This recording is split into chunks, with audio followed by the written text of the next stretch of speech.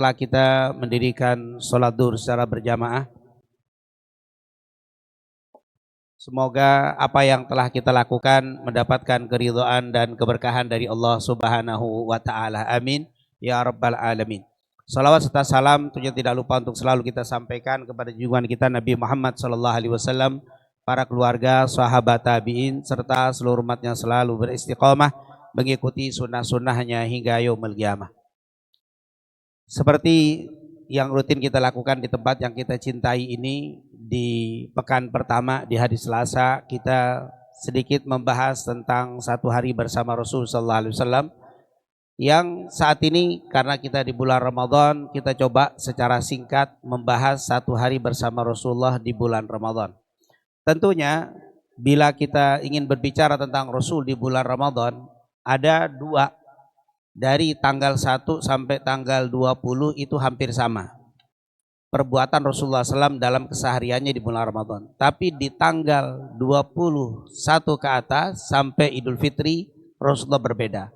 Karena di situ ada i'tikaf, ada syadda mi'zarahu wa'tazala nisa'ahu, ini berbeda. Kita saat ini karena waktu yang sangat terbatas, kita coba secara singkat bagaimana kehidupan Rasul dalam satu harinya di bulan Ramadan di 10 hari pertama dan kedua.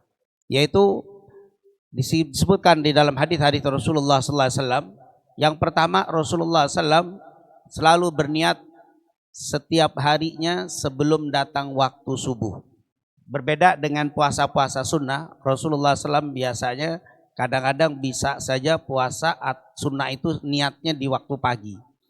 Tapi kalau Ramadan puasa wajib, Rasulullah sudah berniat di waktu sebelum datangnya waktu subuh. Dan ini menjadi kesepakatan seluruh ulama bahwa mereka sepakat puasa wajib seperti Ramadan harus berniat sebelum waktu datangnya waktu subuh. Tentunya kita tidak membahas tentang apakah ditalafutkan atau tidak talafutkan, diucapkan atau diucapkan, itu di dalam pembahasan fikih. Kita hanya berbicara tentang Rasulullah SAW secara umum. Dan Rasulullah SAW selalu bersahur. Berkata Abdullah bin Harith, dakhaltu ala Nabi wa huwa yatasahhar. Aku di waktu pagi, di waktu sahur menemui Rasulullah SAW dan beliau sedang bersahur. Faqala innaha barakah. Sesungguhnya sahur itu berkah. A'taqumullah iyyaha fala tada'u. Keberkahan yang Allah berikan kepada kalian jangan kalian tinggalkan. Jadi sahur itu bukan masalah kuat dan tidak kuat. Ternyata sahur itu merupakan kebiasaan Rasulullah, sunnah Rasulullah SAW. Dan Rasulullah tidak pernah tidak bersahur, selalu bersahur. Oleh karena itu kita pun kalau ingin mengikuti Rasulullah bersahurlah. Walaupun saya yakin bapak dan ibu tanpa sahur pun tetap kuat puasa Ramadan. Tapi sahur itu adalah kebiasaan Nabi Muhammad SAW. Nabi bilang, fala tada'u, jangan kalian tinggalkan. Ini kebiasaan Rasulullah SAW. Dan Rasulullah sering mengatakan tasaharu, selain beliau bersahur, beliau juga mengajak kepada kita, tasaharu, bersahurlah kalian. Fa inna fis sahuri barakah, sungguh sahur itu adalah berkah. Ada yang membaca sahur, ada yang membaca suhur. Sahur adalah makanannya, suhur adalah waktunya. Intinya bersahurlah. Karena makanan yang dimakan di waktu sahur, waktu yang kalian bangun di waktu sahur itu adalah berkah. Makanan dan waktunya adalah berkah. Maka jangan kau tinggalkan bersahur. Nabi Muhammad SAW bila bersahur tidak pernah seorang diri. Rasulullah kalau sahur selalu bersahur dengan istrinya. Kalau tidak maka beliau mengajak sahabatnya. Bahkan sampai keluar dari rumahnya, keluar ke masjid, nyari sahabat yang bisa diajak bersahur bersama. Ini menunjukkan Rasulullah SAW selalu sahurnya bersama. Beliau bersahur dengan istri atau dengan sahabatnya. Irbad ibn Sariyah pernah berkata, da'ani Rasulullah ila sahur fi Ramadan. Irbad bin Sariyah mengatakan, saya pernah dipanggil sama Nabi untuk diajak sahur bersama di bulan Ramadan. Faqal halumma ilal ghada'il mubarak. Ayo Irbad, kita makan makanan yang penuh berkah. Jadi Rasulullah di waktu Ramadan selalu bersahur dan sahurnya dengan istri atau dengan sahabat. Rasulullah tidak pernah bersahur seorang diri. Kemudian waktu sahurnya Rasulullah SAW yang biasa beliau lakukan adalah diakhirkan. Berkata Anas bin Malik, "Anna Nabiyya wa Zaid bin Thabit tasahhara." Zaid bin Thabit dan Rasul dulu pernah sahur bersama. Ini menunjukkan Rasulullah tidak pernah makan sahur seorang diri. Selalu ada teman yang menemani. Beliau waktu itu makan sahur bersama Zaid bin Thabit. Falamma faragha min suhurihima, setelah mereka selesai sahur, qama Nabiullah sallam ila shalah. Nabi mendirikan salat. Anas bin Malik sebagai perawi hadis bertanya kepada Zaid bin Thabit, "Kam kana baina faraghihima min suhurihima wa dukhulihima fi shalah?" Antara sahur Nabi dengan salat subuh itu berapa lama? Maka Zaid bin Thabit mengatakan, qadru ma yaqra'ur rajul khamsina ayat. Sekitar 50 ayat yang dibaca oleh seseorang. Itu adalah antara sahur dan sholatnya Nabi Muhammad SAW. Jadi kebiasaan Rasul sahurnya itu mendekati waktu subuh. Tapi juga tidak terlalu mepet dengan subuh. Pas sedikit lagi azan langsung menyelesaikan makan. Tidak. Antara 50 ayat. Yaitu 50 ayat mungkin 5 menit, 10 menit sudah selesai. Langsung istirahat sebentar, Rasulullah SAW sholat subuh.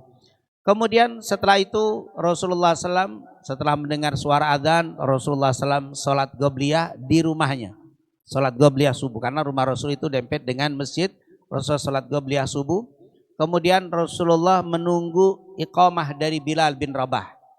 Setelah Bilal bin Rabah qamat, Rasulullah keluar dari masjid atau dari rumahnya menuju masjid. Dalam riwayat Nabi keluar saat Bilal melihat Rasulullah keluar dari kamarnya, Bilal iqamah. Kemudian ini di bulan Ramadan. Kalau tidak di bulan Ramadan, Rasulullah biasanya setelah qobliyah subuh di rumahnya, Rasulullah yattaji. Yattaji itu artinya berbaring di sursuk kanannya menunggu waktu iqamah.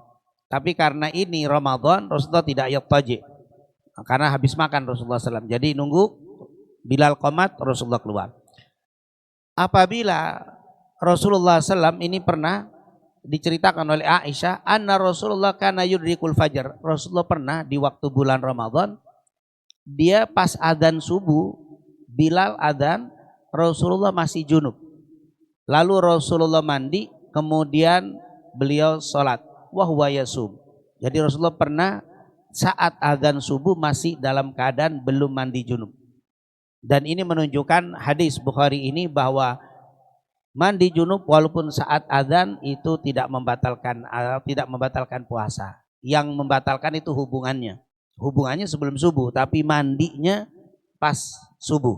Ini Rasulullah dikatakan oleh Aisyah pernah Rasulullah mandi junub pas adzan subuh. Wahwa shaim, sementara dia dalam keadaan berpuasa. Setelah dia berpuasa, setelah dia mandi mayasum, dan terus puasanya dilanjutkan.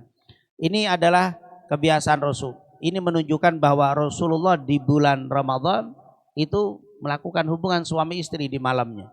Kecuali nanti di 10 terakhir. Syadda mi'zarahu wa tazala nisa'ahu. Rasulullah kalau 10 terakhir mengencangkan kainnya dan menjauhi istrinya. Jadi 10 terakhir. Tapi kalau di 10 hari pertama dan kedua Rasulullah masih melakukan hubungan suami istri. Kemudian Rasulullah SAW keluar mendirikan sholat subuh. Setelah sholat subuh, Rasulullah SAW biasa berzikir, bertasbih, menjaga tidak keluar dari masjid sampai terbit matahari, lalu Rasulullah sholat 2 rakaat. Rasulullah pun menganjurkan kepada kita untuk bisa melakukan itu. Rasul mengatakan, man shallal ghadat fi jama'atin thumma qa'ada yadhkurullaha hatta tatul asyams thumma shalla rak'atain kanat lahu ka'ajri hajjatin wa umratin tamah. Siapa yang sholat subuh berjamaah lalu dia duduk berzikir baik dengan majelis ilmu, baca Quran, baca tasbih, tahmid sampai terbit matahari, lalu dia sholat 2 rakaat, maka dia mendapatkan pahala seperti haji dan umrah sempurna. Rasulullah melakukan ini setiap waktu di Ramadan dan di luar Ramadan. Kemudian setelah isyraq sholat 2 rakaat, Rasulullah berbincang dengan para sahabatnya. Tidak langsung pulang. Nabi Muhammad memang kalau kita lihat sejarahnya itu kalau sudah di masjid betah Rasulullah. Tidak mau buru-buru keluar dari masjid. Karena Rasul mengatakan masjid itu adalah Baitullah. Masjid itu adalah rumahnya Allah. Ketika kita berada di rumah orang yang kita cintai, rasanya tidak mau keluar. Kita berada di rumahnya Allah. Ini adalah rumah yang sangat-sangat mulia. Maka Rasulullah tidak mudah dan tidak cepat keluar dari masjid. Ngobrol dengan para sahabat, lalu mereka bercerita. Kadang-kadang bercerita tentang masa-masa jahiliyah orang-orang sahabat ini. Mereka ketika melihat kebodohannya di masa jahiliyah, mereka tertawa.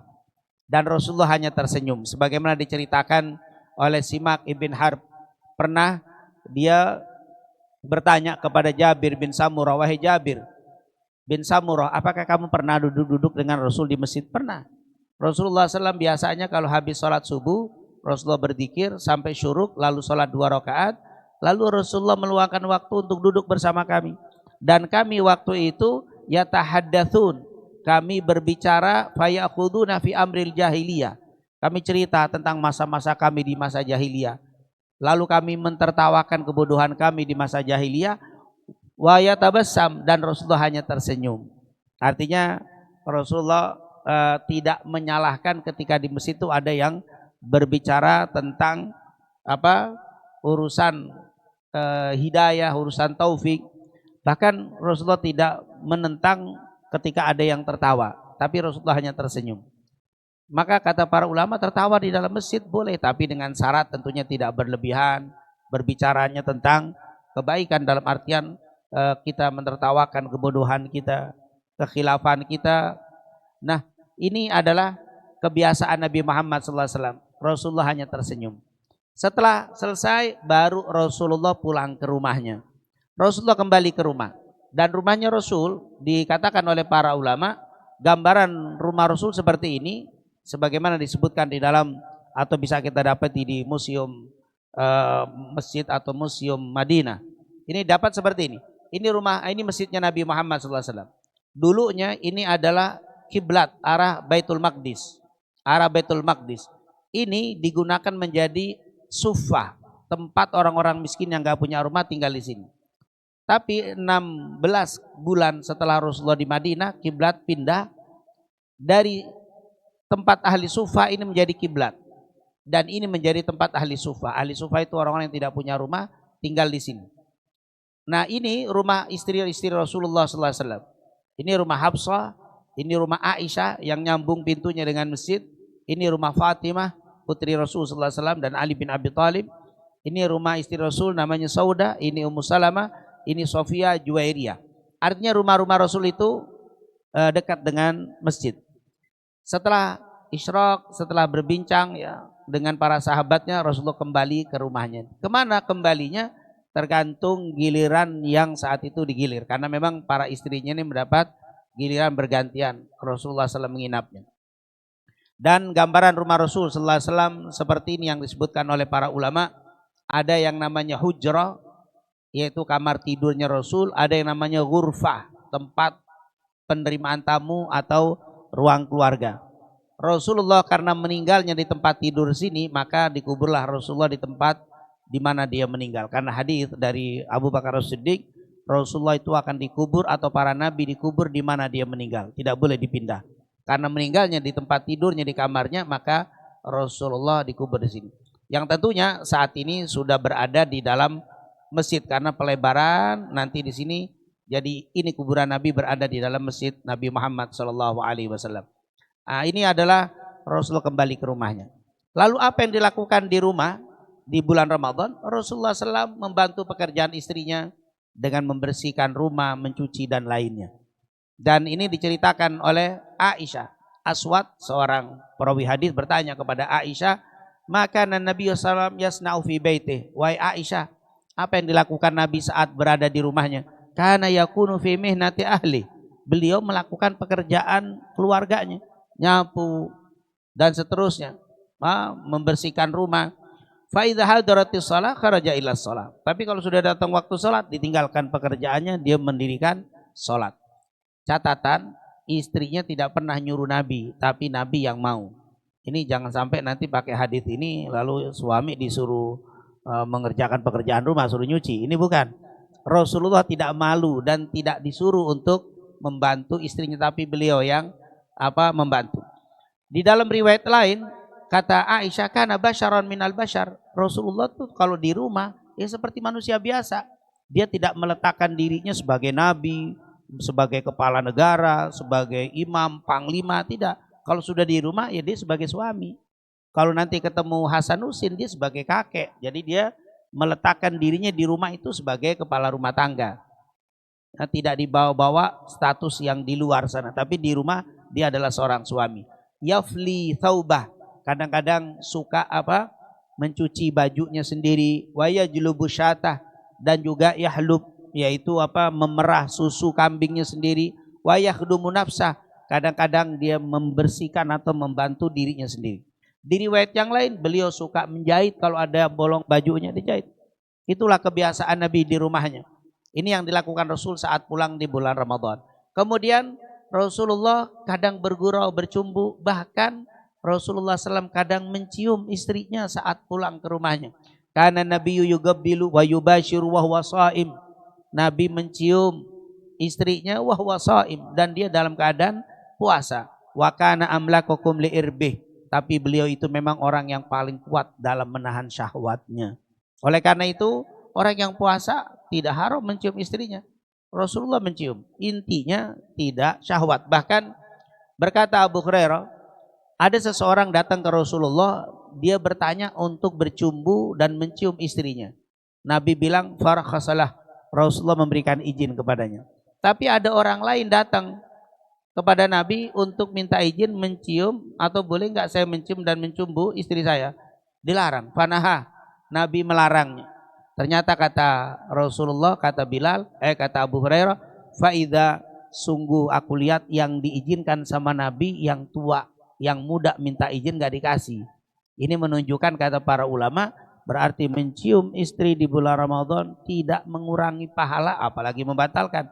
Yang mengurangi kalau dengan syahwat. Jadi jangan seperti kita musuhan bulan Ramadan, deket-deket istri aja, jangan-jangan nih Ramadan jauh dekat. Rasulullah mencium, yubashir. Itu Rasulullah SAW, kata Aisyah begitu Rasulullah SAW. Tapi tentunya yang mungkin pengantin baru yang masih begini nggak boleh mungkin. Tapi kalau yang sudah aman mah dikatakan boleh.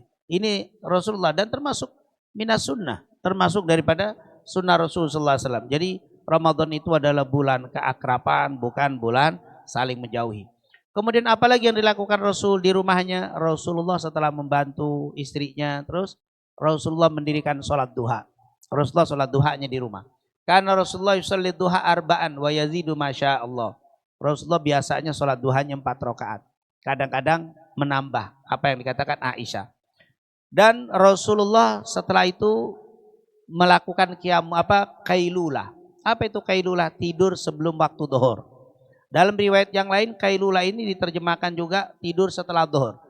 30 sampai 40 menit. Rasulullah SAW biasa melakukan kailulah. Setelah itu, ini tentunya dalilnya. Kemudian Rasulullah SAW bangun sebelum zuhur lalu ke masjid lagi. Itu adalah aktivitas Rasul di bulan Ramadan saat masuk ke rumahnya. Kemudian tentunya Imam Ghazali mengatakan kailulah ini sangat bagus untuk dilakukan untuk membantu qiyamul lail. Sebagaimana sahur membantu untuk kuatnya puasa di siang hari. Kemudian Rasulullah masuk ke masjid untuk sholat zuhur. Tentunya Rasulullah mendirikan sholat qobliyahnya di rumah seperti yang dikatakan tadi.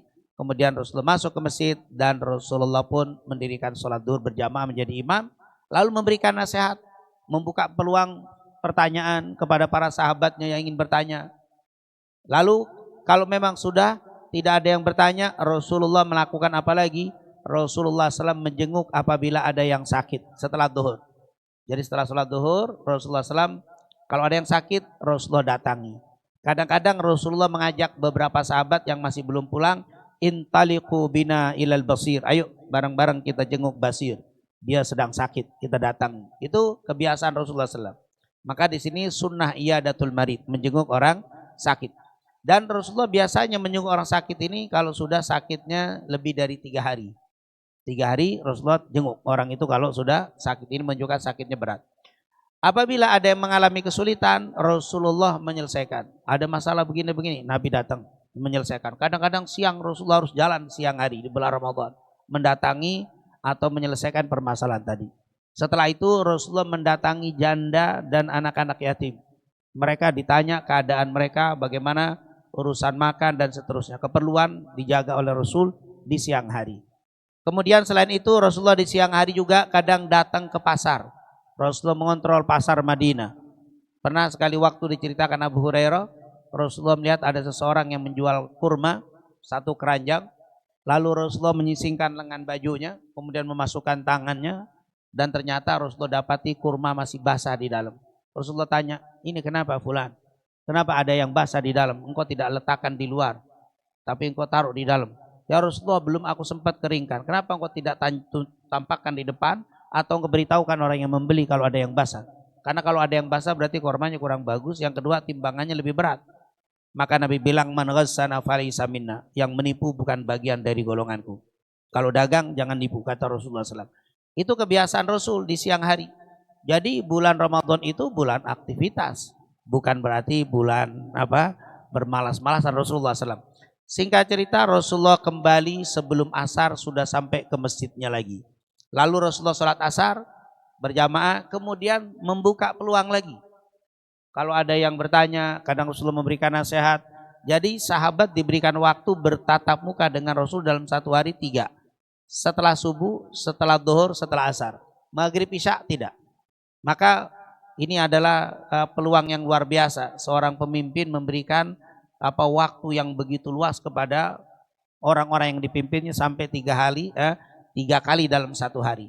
Bukan 3 hari sekali, tapi satu hari 3 kali dibuka forum untuk apa yang mereka keluhkan. Itu Rasulullah menampung dan menyelesaikan permasalahan mereka. Kemudian setelah itu Rasulullah mendatangi istrinya satu persatu. Rasulullah, karena Rasulullah punya istri 9, sebenarnya 11 tapi meninggal 2 sebelum meninggalnya Rasulullah SAW. Jadi saat Rasulullah meninggal ada yaitu 9. Itu Rasulullah setelah asar mendatangi istrinya satu persatu. Dimulai, kata Aisyah, karena Rasulullah idza sholal asar, Nabi kalau selesai sholat asar, dakhala ala nisaihi wahidan. Didatangi istrinya satu persatu setelah sholat asar. Dimulai dari Ummu Salamah, karena Ummu Salamah adalah yang paling tua. Dan diakhiri dengan Aisyah, karena beliau yang paling muda. Didatangin sama Nabi Muhammad, adil luar biasa. Nah, tidak pilih kasih, tidak pilih, tapi Rasulullah begitulah keadilan terhadap para istrinya. Kemudian Rasulullah SAW, di mana istri yang tempat beliau malam itu menginap, disitulah Rasulullah maghribnya. Lalu berbuka di rumah istri yang tempatnya memang waktunya giliran istrinya yang tadi. Di situ Rasulullah berbuka. Lalu bagaimana waktu berbukanya Nabi? Rasulullah saat berbuka mensegerakan. Kata beliau, inna ma'syaral anbiya umirna an nu'jila iftarana. Kami para nabi diperintahkan untuk mensegerakan berbuka seperti para nabi-nabi yang lain. Jadi Nabi mensegerakan berbuka. Bahkan beliau juga menganjurkan kepada kita untuk mensegerakan berbuka. La yazalunas bi khairin ma'ajjalul fitr. Orang itu selalu dalam keadaan baik kalau dia mensegerakan berbuka. Dan beliau biasanya berbuka dengan rutop, kurma muda. Kalau tidak ada rutop, maka dengan kurma biasa, kurma kering yang biasa kita dapati banyak. Kalau tidak ada juga dengan air putih. Makanya Rasul bilang, yuftiru ala rutobat. Jadi bukan satu rutop. Sunnahnya itu bukan satu kurma, tapi bisa 3 dan seterusnya. Rutobat, kan disebutkan beberapa rutop. Kalau tidak ada, beberapa tamarot, yaitu tamarot, tamer, kurma muda, kurma kering. Kalau tidak ada, hasan hasawat min ma, air putih, beberapa teguk air putih. Dan ini adalah kebiasaan Rasul. Jadi tidak ada hadis yang menyatakan Rasulullah berbuka dengan yang manis-manis. Kadang-kadang kita pakai hadis berbukalah dengan yang manis-manis. Nggak tahu rawinya rawi siapa itu berbuka dengan manis-manis. Nggak ada. Jadi berbukalah dengan rutop, kalau tidak ada dengan kurma, kalau tidak ada dengan air putih. Setelah itu silakan yang manis. Nah, ini adalah kebiasaan Nabi Muhammad SAW. Terkadang Rasulullah diundang oleh sahabat untuk berbuka di rumahnya dan Rasulullah datang. Begitu juga kita, kadang-kadang bulan Ramadan kita diundang sama sahabat kita buka di rumah mereka, datang. Sunnah Rasulullah SAW mendatangi, memenuhi undangan orang. Dan saat diundang Rasulullah selesai berbuka, beliau baca doa ini kebiasaannya. Akala ta'amukumul abrar wa sallat alaikumul malaika wa aftara indakumus shaimun. Ini waktu Rasulullah diundang ke rumah Sa'ad bin Ubadah, yaitu tokoh Ansor Madinah. Rasulullah berdoa, akala ta'amukumul abrar. Semoga yang makan makananmu ini yang kau undang orang-orang baik. Wa sallat alaikumul malaikah, dan semoga malaikat mendoakan kalian wahai orang yang mengundang kami. Wa aftara indakumus shaimun, berbuka orang-orang yang berpuasa saat ini di rumahmu. Jadi ini sunnah. Kalau kita punya rezeki, boleh undang orang-orang yang ada di sekitar kita, teman kita, sahabat kita. Kalau kita ngundang orang berbuka, dapat doa dari malaikatnya Allah Subhanahu wa taala. Ini salat alaikumul malaikah. Nah, ini sunnah. Ketika kita diundang, seperti Rasulullah SAW, beliau berdoa. Setelah berbuka, Rasulullah SAW sholat maghrib. Jadi batal dulu baru sholat. Bukan sholat dulu baru batal dulu baru sholat. Kalau Nabi segitu selesai. Kalau kita biasanya buka dulu, takjil namanya. Sholat habis itu berat itu. Ya, itu nggak apa-apa. Yang penting batal dulu baru hatta muadzin. Muadzin batal dulu baru azan. Jangan azan dulu, batal dulu baru azan. Nah ini tentunya kebiasaan Rasulullah SAW. Kemudian Rasulullah sholat ba'diyah, sholat gobliyah. Kemudian langsung ke masjid dan mendirikan sholat. Setelah selesai, Rasulullah tidak buka tanya jawab di maghrib. Lain subuh, duhur, dan asar. Setelah sholat maghrib, Rasulullah zikir, pulang ke rumahnya, sholat ba'diyah di rumah. Kemudian Rasulullah bercengkrama mengobrol dengan para istrinya. Kemudian di waktu Isya, Rasulullah dalam riwayat sholat gobliyah Isya di rumah. Dalam riwayat tidak sholat gobliyah. Makanya ini bukan sunnah muakkadah. Rasulullah SAW kadang-kadang sholat gobliyah di rumahnya, kadang tidak, keluar langsung sholat Isya. Setelah sholat Isya selesai, Rasulullah SAW kembali ke rumah, lalu sholat ba'diyah di rumah. Lalu Rasulullah SAW tidur. Jadi ini gaya hidup Rasul di bulan Ramadan. Lalu di tengah malam Rasulullah SAW bangun. Tentunya disebutkan Rasulullah tidurnya berapa lama? Tidak lama. Rasulullah tidak suka begadang. Makanya di dalam hadis Rasulullah dibilang wala yuhibbun naum qablaha wala hadits ba'daha. Rasulullah tidak suka berlama-lama berbicara setelah Isya. Dia pulang sebentar ketemu istrinya, kemudian gak lama Rasulullah tidur. Kecuali sedang dalam keadaan musafir, Rasulullah panjang, tidurnya malam. Atau dalam keadaan mengurusi umat, ada permasalahan genting, pernah Rasulullah sampai terlarut malam belum tidur, karena saat itu akan mengadakan peperangan yang harus mengatur strategi perang bersama Abu Bakar dan Umar. Selebihnya Rasulullah tidur cepat. Setelah tidur di tengah malam Rasulullah bangun. Lalu beliau sholat Qiyamul Lail atau yang kita kenal dengan tarawih. Dulu disebutnya Qiyamul Lail. Rasulullah tengah malam keluar, disebutkan dalam hadis Bukhari, waktu keluar pertama sahabat sudah sebagian pulang, tapi ada beberapa sahabat yang belum pulang. Rasulullah keluar ke masjid sholat, sahabat yang belum pulang ikut sholat bersama Nabi. Sampai menjelang subuh. Menjelang subuh selesai tutup witir, Rasulullah masuk ke rumah bersahur, kemudian adzan subuh. Di malam kedua yang tadi ikut bersolat bersama Nabi cerita paginya. Semalam saya ikut bersama Nabi sholat di tengah malam sampai subuh. Akhirnya masjid di malam kedua setengah hampir penuh. Nggak pulang-pulang nunggu sholatnya Rasul. Betul. Rasulullah habis sholat Isya seperti kemarin pulang. Tengah malam keluar Rasulullah sholat. Besoknya yang setengah masjid cerita lagi. Akhirnya full. Se-masjid. Rasulullah selesai masuk, yang satu masjid cerita lagi. Akhirnya malam keempat sampai keluar-luar orang nunggu. Nah ini cerita para sahabat Pak, semangatnya. Kalau kita mungkin lain. Semalam saya ikut sholat menjelang subuh baru selesai. Wah untung saya pulang. Wah itu lain itu. Sahabat justru wah begitu rugi saya. Besok saya akan ikut. Jadi di luar masjid penuh. Ternyata di waktu itu Rasulullah ditunggu tidak keluar. Jam 11, jam 1, jam 2, jam 3, jam 4 sampai subuh tidak keluar Nabi Muhammad. Setelah adzan subuh, gobliyah Rasulullah di rumah keluar sholat subuh. Selesai sholat subuh ditanya, ya Rasulullah kami menunggu semalaman nggak keluar seperti malam sebelum. Aku tahu, kata Rasulullah SAW, sungguh aku mengetahui kalian dikatakan telah menunggu. Fa innahu lam yakhfa alayya makanakum. Bukan sesuatu yang saya tidak tahu. Kalian menunggu semalam saya tahu. Lakinni khasyid. Tapi saya khawatir antufrada alaikum. Akan jadi wajib kalau saya semalam keluar. Maka saya nggak mau keluar karena saya khawatir ini menjadi wajib untuk kalian. Maka saya tidak keluar. Dan sejak saat itu Rasulullah tidak pernah keluar lagi sholat tarawih. Meninggal Rasulullah Ramadan itu di tahun kedua. Jadi selama 9 tahun Rasulullah hanya sholat tarawih 3 malam berjamaah di tengah malam. Setelahnya tidak pernah Rasulullah sholat tarawihnya di dalam rumah. Rasul meninggal, Abu Bakar jadi khalifah 2 tahun 8 bulan, tidak ada tarawih di masjid seperti zaman Nabi. Umar bin Khattab di tahun keempat saat beliau menjadi khalifah, tahun 17 beliau menjadi khalifah.